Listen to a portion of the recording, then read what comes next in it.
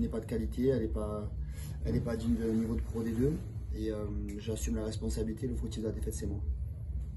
Ouais, tu n'aimes pas stigmatiser les joueurs, et là tu prends la responsabilité de la défaite. Qu'est-ce qui s'est quelque chose qui s'est mal passé dans la préparation de la semaine, une préparation différente qui a perturbé? Certainement, je pense qu'elle était différente et que j'ai pas su préparer l'équipe à être performant aujourd'hui, donc j'assume la responsabilité, comme je viens de te dire, de la défaite et c'est à moi de me remettre en question et à savoir ce que j'ai pas bien fait durant la semaine pour subir cette défaite 25 à 5. Donc on va se remettre au boulot et dès dimanche et on fera en sorte de trouver des solutions.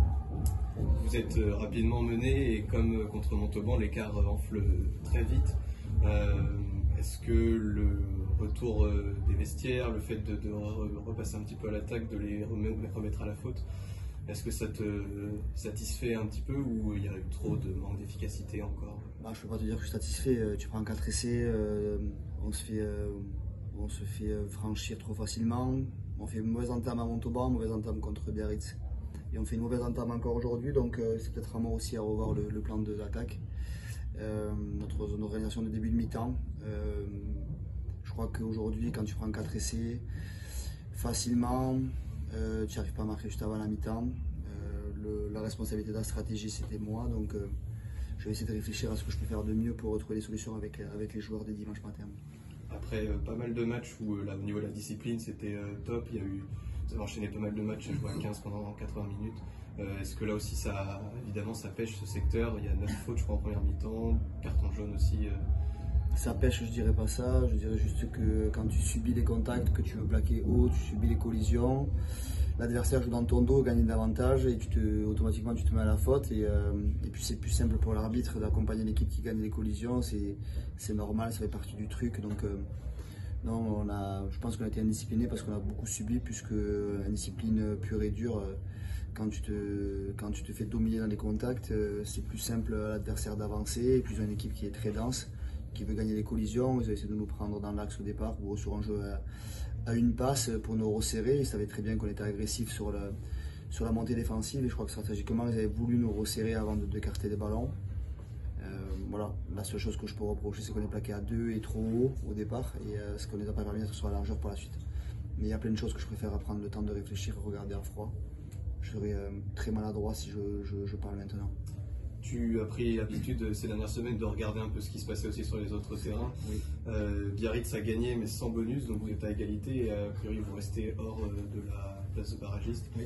C'est un moindre mal, même s'il faut bien sûr pas se satisfaire du résultat de notre équipe. En fait, d'abord, si on parle de la performance, elle n'est pas digne de l'équipe de Pro D2. Et le deuxième point, si on regarde le classement, on est encore 14e, ce qui nous permet ce soir de ne pas être dans la zone rouge, même si on le répète, barragiste. Rouen a perdu et distance. Maintenant, je vais juste expliquer aux gars que dès dimanche, quand on va s'entraîner, on va recevoir le premier de Pro D2.